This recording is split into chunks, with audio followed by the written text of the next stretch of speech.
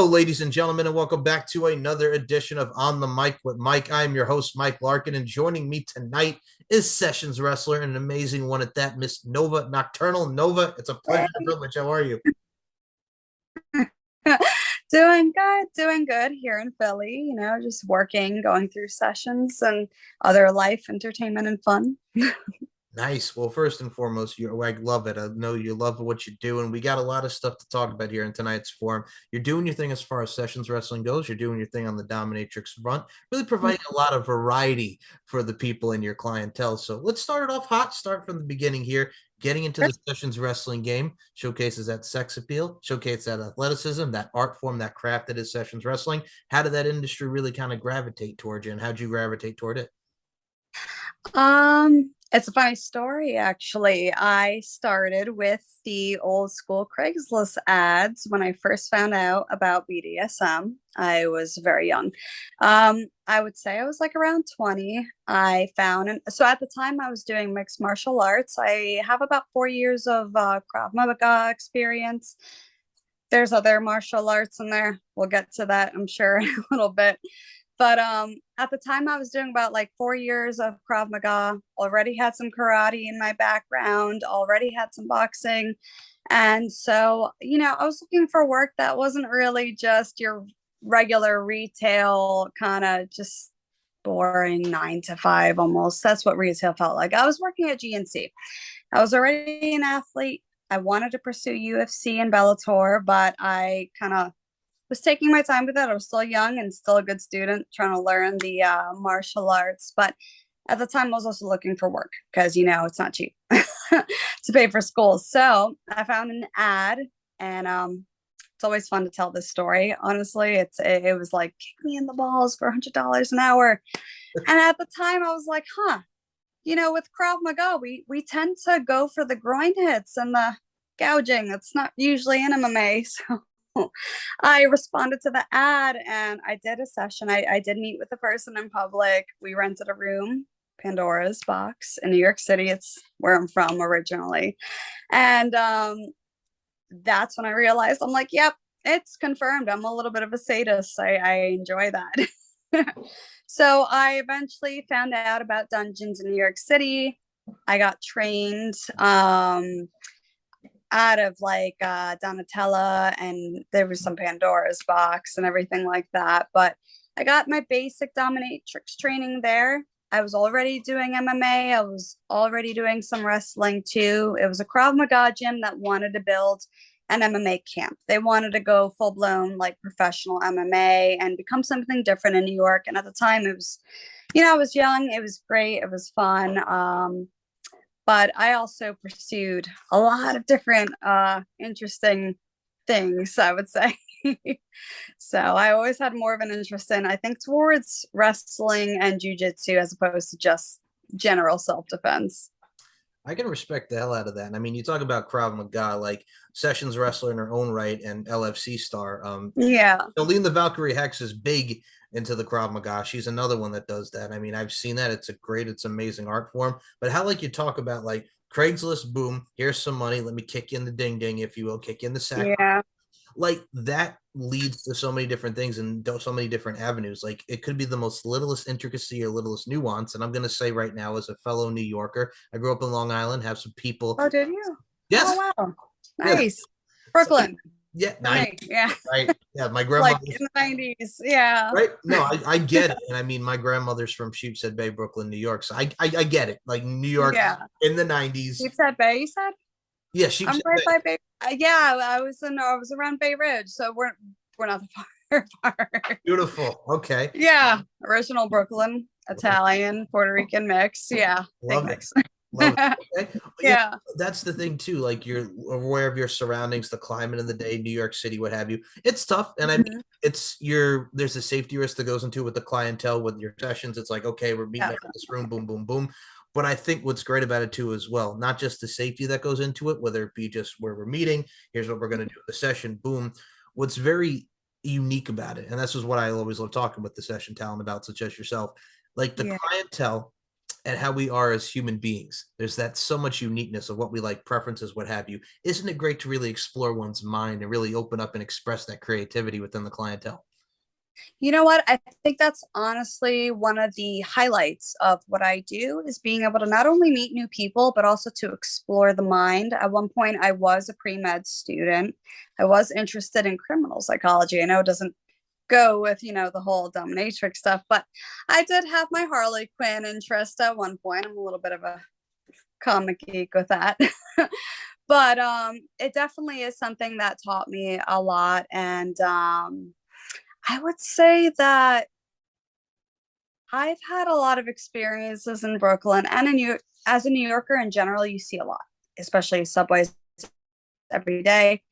And so as a wrestler, I would say that I was already doing MMA, and then I didn't even know what session wrestling is. Um, I started out as a dominatrix probably for a good 2 years. At the dungeon I worked at, I was the only wrestler who had actual experience, technical training. And then that's when I realized, wow, I can do more with this. And then I started to kind of pursue my own name, my own brand, and it's been an interesting ride, especially with Krav Maga. They were a very tough camp where I was training out of. I had a fight in, I forgot what year. It may have been 2016, 2015. It wasn't set up, properly. I gotta be honest with that. I have the video and everything, and this person had about 30 pounds ahead of me. They had about 7-inch reach. I'm 5'1". I'm about 110, 115 pounds, and so I did last to 3 rounds. It was a tough one at the time, and I think my coach knew he messed up because he was also only a few years older. My one coach, it was weird, but yeah. At the time, I was also doing the MMA dominatrix, and then I found out about session wrestling, and I realized, wow, I really like this a lot more than I probably should. But yeah, it was definitely my thing, so I always stuck to it. And then I'm sure as a fellow New Yorker, there's always a lot going on in New York City. So as someone who is my size, which is more on the petite side, I would say like self-defense was always an interest for me. And I started as a tomboy, and my dad put me in karate. I believe it was Kenpo karate. It was a very specific form, but I continued it and I wanted something with more action. I believe it was around 2015, maybe 16, when I saw more women's UFC MMA bouts. And that's when I was like, oh, I want to do that. So that was always my goal. And I figured, I already do mixed martial arts. I can already do BDSM sessions, dominatrix sessions. So hopefully I can give something back to the community, with technical tact and stuff. So I've always had fun with it. I enjoy it a lot. I mean, I look at it from a stance as well. And Yeah, it's true. As a New Yorker, you gotta be careful. You see a lot when you're a New Yorker, and I'll say that to the people. You do, as a fellow New Yorkers here. But what's interesting too, like you mentioned something that's very impactful here. Like we've seen so many from MMA, from UFC to friggin' Bellator to Invictus, so many great athletes. I'm talking definitely. about Ronda Rousey, Amanda Nunes, what have you, Shayna Baszler. A lot of people have transitioned to WWE. So I'm gonna also ask you the question, because Yeah. you're also doing sessions wrestling, and we'll get into more of the crafts that you are. Is it amazing to see from mixed martial arts to pro wrestling, how everything is kind of like coincides and intertwines now in that overall variety of everybody kind of like coming together as far as the different companies and different, art forms and crafts, if you will? I definitely would agree. I guess because I was already in an MMA camp and I was kind of in MMA and I followed MMA regularly too. And I guess what I would have to say is I think both are very different, but both are very beautiful. And I actually have an interest in pursuing professional wrestling. Like I just started following more of the WWE stuff. And since I'm in Philly, there's a lot of great schools around here too, which I have an interest in. Unfortunately, I did tear my hip. I have a right labrum tear right now that I've been working around it for 5 years, still doing sessions and everything. It's not like a major thing, but it's something that has kind of postponed a little bit of like pursuing the career of wrestling. Because before I was trying to go, professional Muay Thai, professional maybe boxing, or just MMA in general. I was training with crew Phil Nurse, who actually was training a lot of UFC fighters at the time. He trained, I believe it was Sarah McMahon. I may be saying it wrong. Okay. John Jones Bones. He trained a lot of great fighters out there. I do miss New York for that. But since I've been in Philly, I've kind of mostly focused on sessions, my own career, just personal life stuff, and just figuring out how to go to good surgeon to fix my hip. It's painful to do Muay Thai with a torn labrum because unfortunately it's just one of the things that doesn't heal by itself. I've done so much PT, so much physical therapy, and just even injections, but that is my goal right now. And I definitely admire, anyone who goes from MMA to professional wrestling. I have no judgment there. I think it's great. It's a lot of work. It's exhausting. And I think it takes a lot within a soul, within a person to really put on a show like that. So it's definitely something that I'm interested in pursuing. Oh, agreed. And you actually said something once more very impactful that a lot of people can really Yeah. take in, like finding the right school, whether it be MMA, pro wrestling, what have you. Like everybody trains differently and everybody has their own system, what have you. But a lot of people don't realize, especially in Philadelphia, many different wrestling companies and many different gyms, what have you. Same in New York. I mean, but the key element there is Mhm. you have to find the right school. And that goes with everything that you do. You have to find the right school, the right discipline, and Oh, what makes you feel comfortable. yeah. I mean, since I'm a Brooklyn girl from New York, I've trained at like the original, Gleason's, which it was great for a while.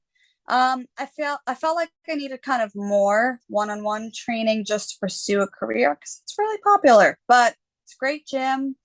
And here in Philly, for me, it's like I said, it was the hip tear that was throwing me off, but I have my eye on a few spots, and so I guess I'm looking forward to getting the procedure done and kind of picking up the career because I do want to do more competitive sessions. I do miss the training, I do miss the competitiveness, but there is a little bit of empathy that I feel like so I've always been a huge empath. And that's what I feel like helped me with my dominatrix career to kind of understand how people had their fantasies and what they're coming in for, but also for wrestling too, because that's my own passion. I love wrestling, I love mixed martial arts, boxing, all of that stuff. So I feel like being an empath really helps with, just pursuing a career and something that a lot of people may not know the other half to. They may not know the other story to. And I guess, being from a city like New York, I recently actually returned from Comic Con, and it's changed a little bit in 4 or 5 years, I gotta say, but I still miss it. So definitely miss the competitiveness and everything. Absolutely. And I mean, going back to your dominatrix side of things, it's funny. I love telling this Mhm. story on the show here because I think the first time I found out like about dominatrix, and this will take people back, MTV's True Life had an episode about I'm a dominatrix and the life of it. And it was fascinating. Yeah, Now, mind you, I was like a 13-year-old kid when that came out. So it's like you're taking it all in, absorbing the information. And what stuff people would like, I think people have, I hope, at least I hope, being the optimistic side, as we get older yeah, and as we get into the year 2022, there should be more optimism, more open mindedness. Now, as a kid, and a lot of people around that time, I think it's kind of like, freaky or what have you. But also, as we get older, we really do become more open minded to like, okay, this is what they like. This is the unique vibe about it, too. And I equate that with sessions wrestling and really everything in the sex appeal side. Like to quote Mariah Carey, get that sweet, sweet fantasy baby, or what you're doing with your clientele and what they come up with. And I mean, you look yeah. at and I mean, where you are in Philly, Motown Philly back again, to quote some Boys to Men, doing a little East Coast thing. It's one of those things as well. No matter what avenue, no matter what city, state you're in, there's always something for everybody. And I think that variety makes up for so much great crafts and sessions wrestling, what have you. And I mean, look at what Jennifer Thomas has with you ladies, with the women's athletes on fire. Like that site really showcases a lot of women and that beautiful image. Yeah. So it really is a good comeuppance and a good variety of bringing people together. I think that's what really makes it wonderful and special. I agree. And you know what? I have to give Jennifer Thomas a ton of credit. She really helped a lot of ladies like us have a step up in the game and the community, even have a voice that, most women, some till today, don't even know about and may still be. athletes that may be interested in it. So I guess my thing is like if I ever were to pursue professional wrestling, let's say on screen, for instance, that's something I wouldn't be shy about. I would want people to know, hey, I started out as dominatrix. I was doing mixed martial arts. I was also a session girl wrestler because I feel like her site is the reason why I am where I am today, which, it helps with branding. And you got to admire someone like that who really starts a business and really tries hard to communicate with all the girls. That's a lot of work. Like I pursued some other careers on the side. Some of it's like administration work with real estate and everything as a dominatrix and a session wrestler. And it's interesting going to tours with a little bit of a soreness from a session before.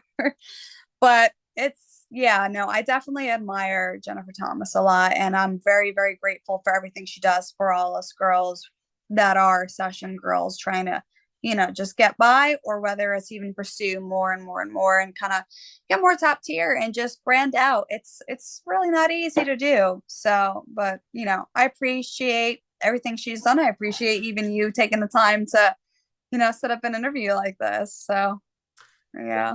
Well, well, that's the thing too, and I think one of the things I always talk about on the show here is sex Yeah. comes in many different layers, and what I mean by that is like we talk about sex appeal, internal and external beauty, voluptuosity, Yeah. what have you.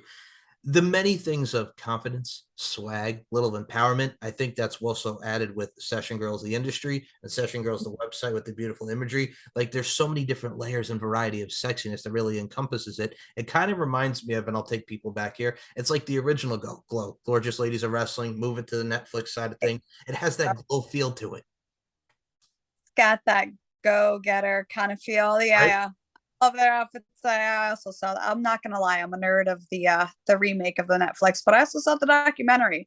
And that's what I love. I love to see things like the lingerie fighting championships. I believe I'm saying it correctly. Yep. Um lingerie fighting championships do what they're doing now because it gives girls who maybe aren't familiar with Glow a chance to still kind of get out there. It helps boost confidence. It helps empower us as women, as even non-binary too. It just helps in general. We put on a good show and we're also appealing to an audience. We want to entertain, we want to make people happy.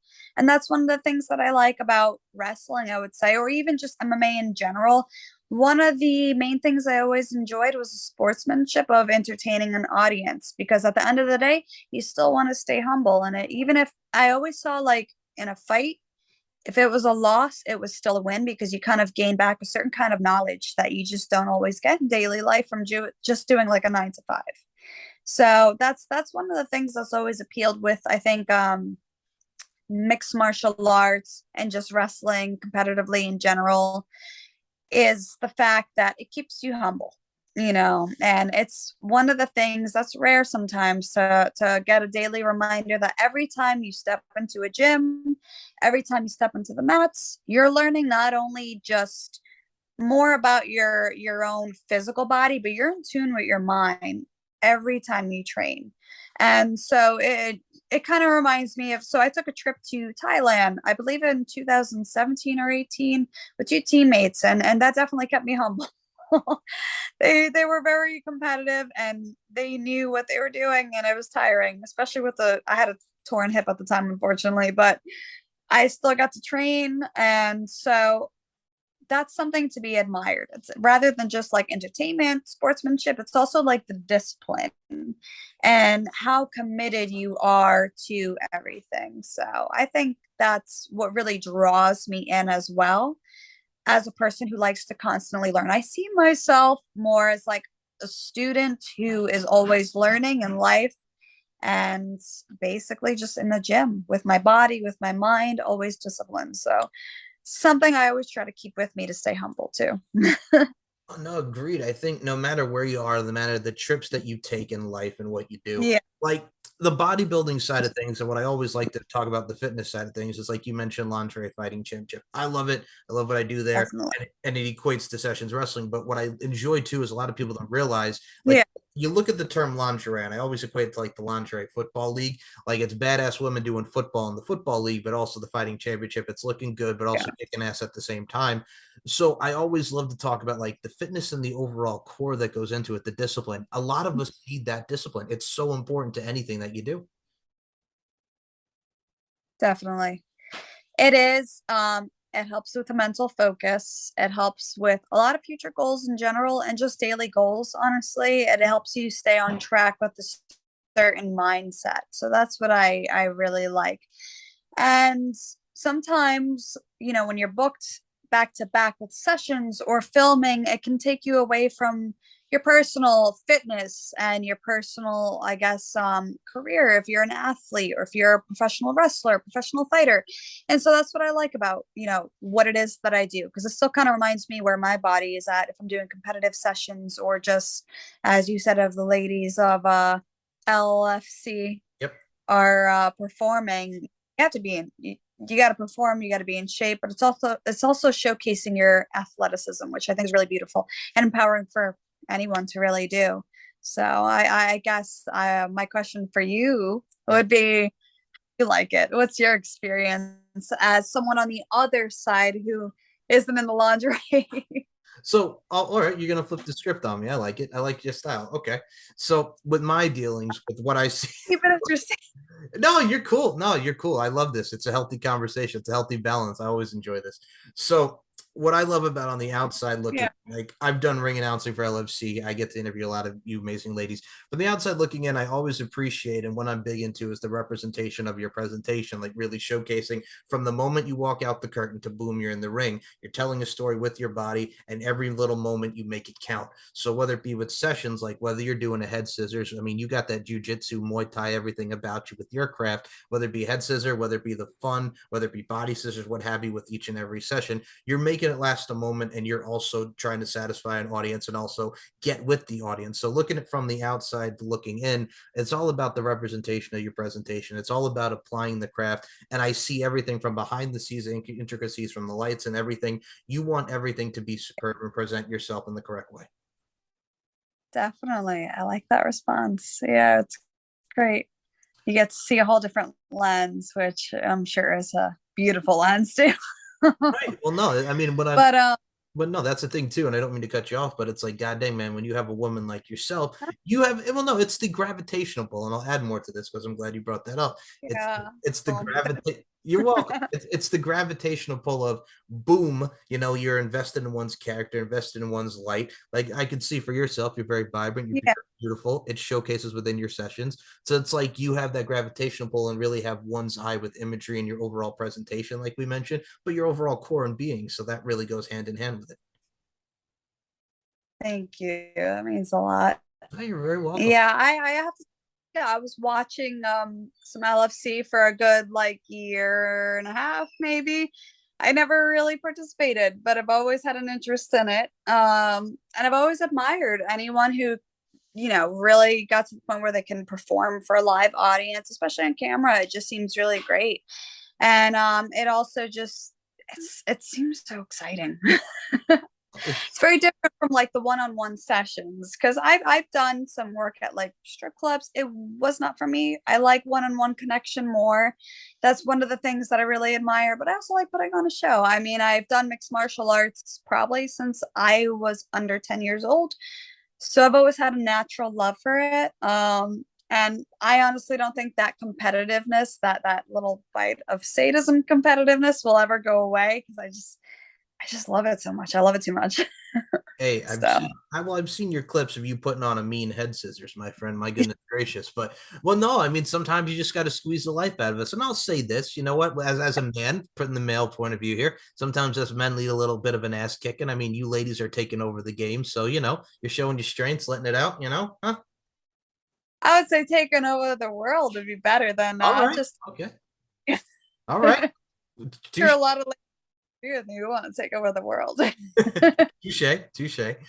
But no, Yeah, that's it's great. I love it. Honestly, I love like scissor hold variations, everything. Like I've even done some of the production side. I've done some filming too.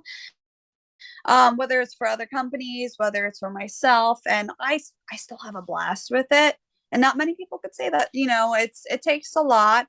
Sometimes I'm very tired before a session or even before filming, but I still remember the joy at the end of it. It's something that I genuinely love. So that's probably why I'm always keeping up with it. I have probably like over 7 years, 8 years of experience. So I, I I just enjoy it a lot. And so it's something that I don't think I would give up anytime soon, despite having, like, let's say a hip surgery or anything. I'm just a natural born competitive, slightly sadist person. Hey, there's So nothing. I definitely enjoy all of that. Well, there's nothing wrong with having a little sadist side to you, I mean, you have to, the overall sadomasochistic and the pain, if you. Hey, I mean, what I respect about that too as well. It's the discipline, it's the threshold of pain as well. But like you mentioned earlier, like Yeah. you did the things in the strip club wasn't for you, so it's like boom, let's go over here and take this different avenue. It's like I also look at it when someone wants to exploit and really go into the whole adult career thing. It's like they start off cam and then boom, they want to start doing films. And I mean, with the avenues of OnlyFans and many vids for many different people and fetishes, I think that's wonderful. And especially in the modeling career as well. Like we have a lot of beautiful women of all different shapes and sizes. So here's some plus size modeling, here's modeling over here. There's evolution and there's also layers to what we get to see for the sex appeal side of things, but also the quality content that's put out there. So I mean, there's so many different avenues and endeavors people can go into. I also definitely think that a lot of audience members and even clients that I've session with, they can tell, when someone's actually genuinely enjoying it. And I feel like that's what really brings on the connection between a client or even a producer or even an audience or a customer buying clip. And that's what really sells sometimes, but it's also what helps a career and everything. So I would say that it's definitely something I continuously look forward to. And it's a lot, though, but I it's a lot in a good way where I don't get bored. I would say that. It's always exciting. I'm sure for you guys it's very exciting. That's a plus too. And I think anything that you do, I mean, if you're doing something in life where you're bored and you're just kind of going through the motions, then why the hell are you doing it? You know what I'm saying? That's the point of I go with Yeah. everybody.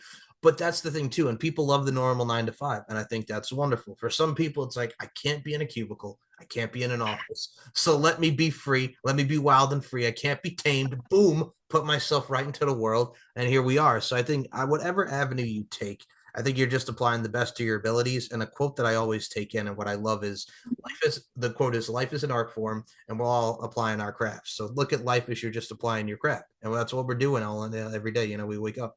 Yeah. I definitely agree. Yeah, my craft has been a long couple of years run, but I definitely agree. And I feel like it's something that you have to genuinely enjoy to really do it long term enough to kind of, I wouldn't say master it because I always like to think of myself, as I said before, as the student of many. Sorry if you hear the sound, that's just my other pets.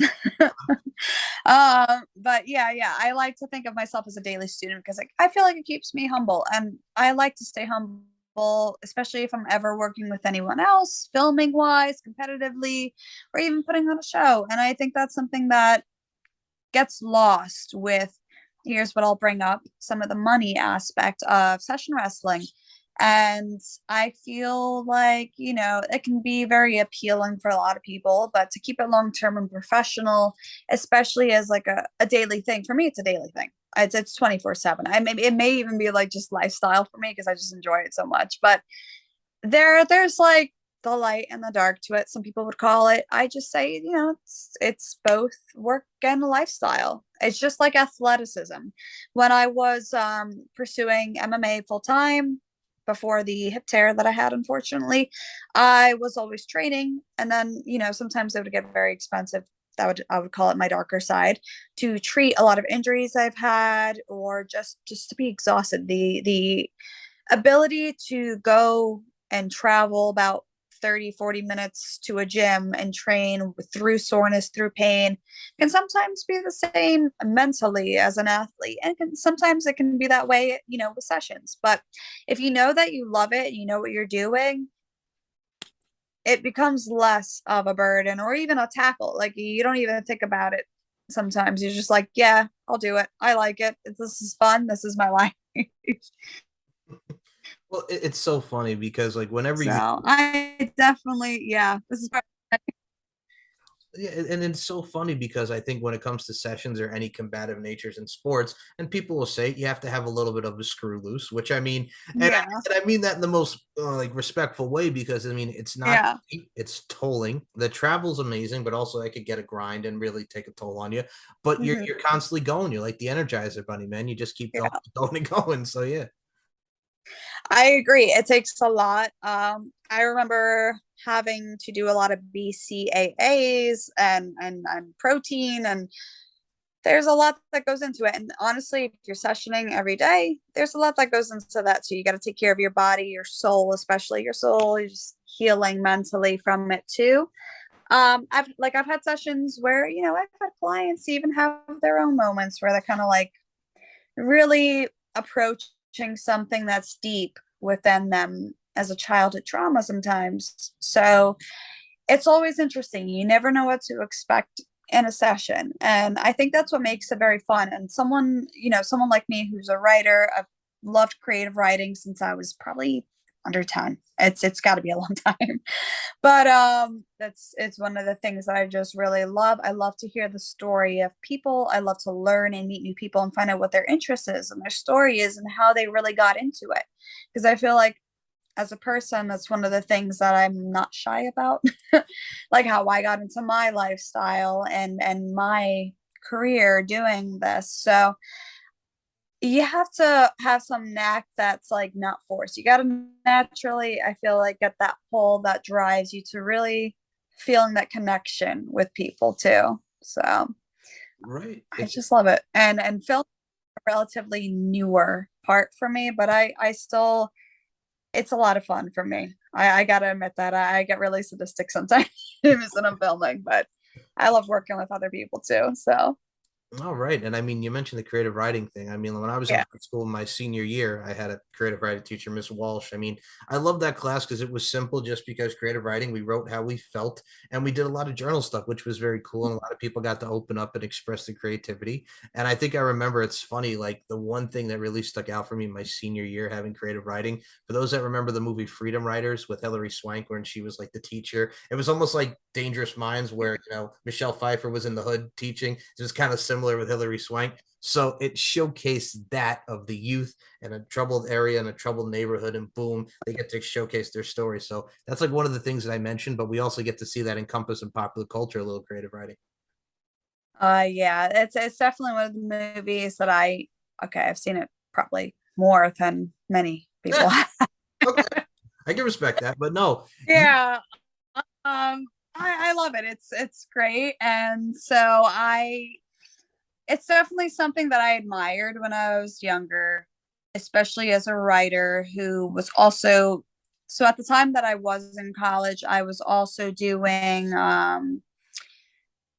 early on Dom sessions, BDSM, and then I eventually got to more session wrestling. And so I would have to say that it taught me a lot, especially psychologically. But as someone who also came from New York and Brooklyn, um, there's a reason why I took on self-defense training, or at least I think my dad had pushed me that way. I would say, when he grew up in Brooklyn, it was the 80s. He basically lived near a really rough neighborhood. Like I'm talking old school 80s crack houses and prostitution. Luckily, I did not grow up with all that, but it was still pretty rough where I grew up, low income. So it humbled me a lot. And it's probably why I am dominant and assertive and have a voice. And, I enjoy just like I can strike up a conversation with anyone. And I really genuinely want to get to know them and want to know what they're like, what their story is. And that's probably why also they admire the movie Freedom Riders, coming from that kind of income and that background, especially a Brooklyn, New Yorker. um, so it's been an interesting ride. And it's definitely something that as a writer, I would love to write a book about someday and just, change names, obviously. But it's I've had people request me to write a book, and I'm just like, I'm gonna wait a little bit. Still young in my career. I feel like I still have a lot of story to tell before I just write anything. So I don't see it as something to make money out of. I see it as something that's like sharing a story, but giving a part of myself to the world. And so I think that's what matters to me a lot too. Is like every time I have a session, every time I'm putting on a performance, I'm giving a little bit of myself to the public. And I feel like that's really important, especially I guess as an empath and a writer, trying to make it in the big city on the East Coast. But yeah, it's definitely something that I love. So No, I'm right there with you. I think for me, like that's actually something I thought about because like I'm very big into my whole beauty, strength, and dominance, three key elements that make women the work of art that they are. That's something I would love to turn into a book and talk about a lot of stuff like really that's empowering for women and really showcase my mindset and put it into a written form. And yeah, I think too, like you, like, we all have a story to tell. And I think it's wonderful that we get to tell our story, but we still have a little bit more miles to go before we reach that destination. And I think anywhere that we are, and I'll say this right now: if you wrote a book, I'd read it because I mean it's an interesting story from where you are to where you are now. It's point A to point B to point C to point D. So I mean, very like right, but that's the thing too, and I think a lot of people take a lot of. thank No, you're welcome, and I think a lot of people can take interest into it. So I think whatever you do and whatever a lot of people get to see you do going forward, it's going to be wonderful. oh, thank you. Yeah. I feel like yeah, one of the things that's not really spoken about enough, and that's why I like I love your comment. Touches my soul. I'm not gonna lie. I got a little choked up there. Is because there's a side to the session wrestling that sometimes a lot of girls don't talk about. Like I've heard of girls that have had some problems with sessions, and I've also seen girls get into just random accidents on session girls. Like I had a session yesterday and I found out some information. I was just like, oh, wow. And so with every session I treat it, or I try to treat it as something that's a new experience the first time, even if it's a regular, and even if it's an audience, I try to always come up with something creative. And we're talking about like, let's say the creative production side of things. My favorite thing as a writer is actually to come up with a really creative screenplay, something that's got a little humor, but it's also very sexy. So that's something that I've always also enjoyed. At one point, I was considering production, TV, all that stuff. But right now, I'm taking it a little by little, and I still love it. I just really want to get this hip fixed and kind of get into pro wrestling. I'm not gonna lie, I have a thing for like the WWE divas. Seems pretty fun, and I just kind of want to take it day by day and see where the career goes. But yeah, session wrestling's been interesting. It has a balance to life, I would say. So Well, now you put the image in my head of you going against like a Charlotte or a Becky Lynch or a Bailey or or like Bianca Belair and everybody that are the top divas now. So I mean, I think you'd kill it in any one of those female talents. nah, thank you. Yeah, no, I'm definitely competitive. I'm not gonna lie, I do like to be a little bratty with my verbal. It's something that's kind of stuck to me, as well as the pigtails. If you've seen some clips that are going to be coming out soon, I do enjoy the pigtails. But I think it's the fact that I genuinely enjoy it, and you'll sometimes hear it in my clips where I'm giggling. It's not faked. It's definitely something that I'm kind of getting my own little pleasure and sadistic joy at. So I find it fun, and I've always been naturally competitive. So to work with anyone else I see it as something that's just fun. It's not even work. It's like a lifestyle. I something that I would love to pursue long term. So I mean, well, first and foremost, when you talk about that verbal side of things, we're New Yorkers. yeah, We're verbal assassinators in a way. Well, forget about it, eh? So I mean, I I understand. yeah. I get it. You know what I'm saying? I mean, I grew. An Italian mixed, a little bit indigenous in there. Yep. Yeah. I get what you're saying, especially with the verbal. No, yeah, I get it. My grandmother, God rest her soul, was very much like that. So I get it. I totally Yeah. understand. But no, that's the beauty of it too. And I think also not just the physical standpoint, anything that you do, the verbal standpoint, bringing them in with a promo and the overall emotion that goes into it. So I look at it from a stance too as well. Like first of all, I noticed the giggling in your clips because you're loving what you're doing, you're having fun, and that exudes and accentuates within the vibes. But I mean, Oh, and that's the not thing. on me. No, I get you. I get you. Sometimes you got to whip Yeah, the class, man. it's fun. Honestly, when we were doing this interview, I had a little training session earlier with some jujitsu. So I've been working through the hip injury, and I had like a headbutt, and I was like, oh shoot, I really hope I don't have like a big bulge during this and everything. So I'm still training here and there too. But yeah, that giggle comes out during training as well. So Hey man, even if you had like a little welt, man, I could put on some Papa Roach and talk about scars, tear my heart open. I sew myself shut, huh? You know, put on a little I'm Papa old Roach scars. school. Yeah, I mean, I not wearing the tank top, but no, I have Bowie. I have like Andy Warhol's banana tattooed behind my ear. I Right. have Marilyn Monroe dressed as a dominatrix nun smoking a blonde, which I'm pretty sure you've seen on my Twitter. I'm aware. um, yeah, I'm old school, so yes, definitely, I appreciate all those No, things. I get it. Like for me, like that first of all, that's also the sex appeal side of thing. Like we talk about scars, many different types with the body as a temple when it comes to the tattoo side of things. Like me, I have a couple tattoos on me, one in dedication to my grandfather, and I have a lot of stuff that's very like family oriented and symbolistic. And I think what I love about that too is Yeah, well, it tells a story, man, with any part of your body. definitely. I have a black and white classic Frankenstein tattoo Okay. So that has like the misfits. I could see it. There we go. yep. Yeah.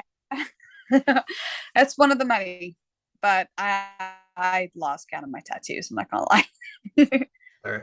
Also, But also with the sex appeal side, I agree with you there too. I feel like with wrestling and sex appeal, there's always like a fun balance of you get to kind of choose, you know, how you want to represent yourself and how you want to be. And I think it's always fun. You get to you have fun. I think if you genuinely have fun with a client or the audience, everything is just natural. And that's what's beautiful about it too. You know, the athleticism, the sexiness, the appeal. I find just something you can't really replace too.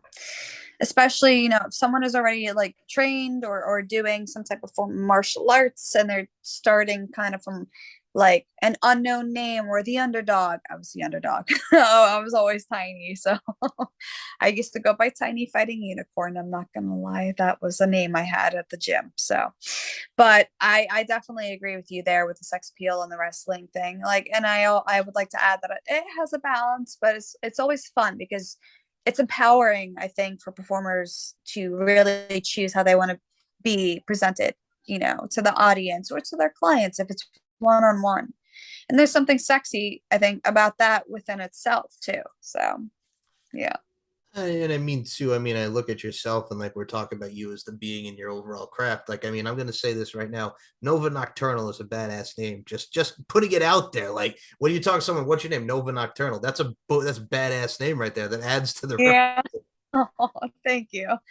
Yeah, I don't always sleep at night. You know, I'm a nocturnal creature, so I just figured I'd just win. And I always, as a kid, off topic, I always had a thing for the universe and questioning constantly the galaxy and humanity. And I was one of those people who who always at one point I wanted to be an astronaut too. And I looked into the success rates and I was like, I don't know if I meet the height requirements. I'm petite but feisty. But it's definitely something with Nova, as in like the universe and just wonder. And Nocturnal, I just kind of just flowed. I liked it. And yeah, I have insomnia. So you'll always catch me in.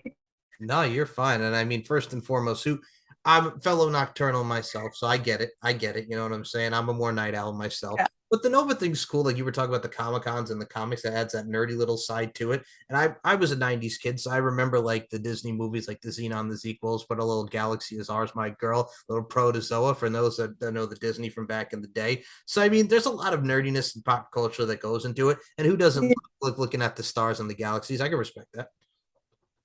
Yeah, it's definitely one of the things that I've had an interest in. It's definitely also helped that so I grew up with a medical household. Kind of, my dad was a nurse, he started also low income construction. It was Brooklyn, New York in the 80s. I get it. I'm sure you know, a fellow New Yorker, it wasn't easy back then. So he had to work 3 jobs just to go to nursing school, went to nursing school, and then wanted me to kind of pursue it. I had an interest in it. I still do. I love medical. And so that actually helped me a lot because I got to at one point shadow, which means kind of observe physically there, like in person, doctors and nurses with patients and stuff. And I got to shadow physician assistants and watch a lot of things that most people probably wouldn't really have, the ability to do so. And so that helps a lot with my understanding of a lot of sessions that I do as a dominatrix, or even just being careful as a wrestler, a performer, and just in my sessions in general. It's one of the things that I always look out for is like the safety of the other person. And that's also probably where the empathy comes in, which as a dominatrix who's a sadistic person, empathy is a very interesting thing to balance. I'm sure, I don't know how many other session wrestlers kind of openly talk about it, but it's definitely something I've always had with me. It's definitely something that I will probably always, check in. And but it's interesting to have the balance of almost like a black and white scale is what I'd like to call it, just like light and dark. Because with the sadistic side, I've had some pretty intense sessions in the past, and then I've had some very light ones, but I've also had very healing ones for clients who sometimes have, like, cried in sessions. And I tell them it's a safe space, there's no judgment. And I find beauty in that and in getting to know someone being so vulnerable with you. And I think that's something beautiful in that, because I feel like vulnerability is something that a lot of people hide nowadays, or we try to protect ourselves, rightfully so. Just out of just general life or trauma even. And that comes a lot with what a lot of performers in the sex industry do.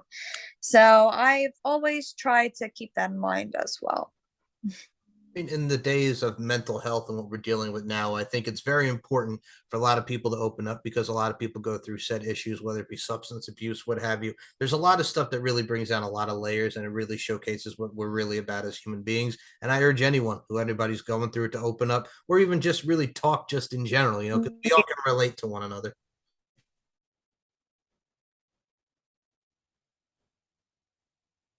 Definitely, when it comes to especially mental illness or just mental, a difficulty, I don't even like to call it an illness. I like to call it just something we live with, or just like a little hurdle in life that we'll all get through, hopefully, if we continue to pour some funds into that.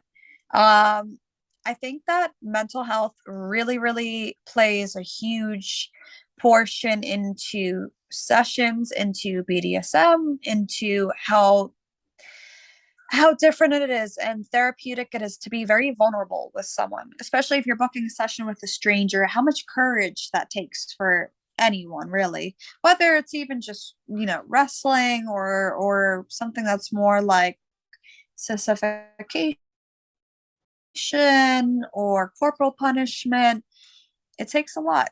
And I really do hope that we get to move forward with mental health here, because I've seen a lot of reactions and sessions that are beautiful and healing, and I'm glad I get to kind of be there for clients, or if it's an audience, even like, let's say a show or something, or a public or an event. Because recently I've actually started doing some, I'm going to be starting events in Philly and participating as a pro dom slash wrestler here in Philly. I just hope that, even other sex workers can get something from this, and that it's okay to be vulnerable and it's okay to be open and honest because it's what makes us human, and there's something beautiful about that.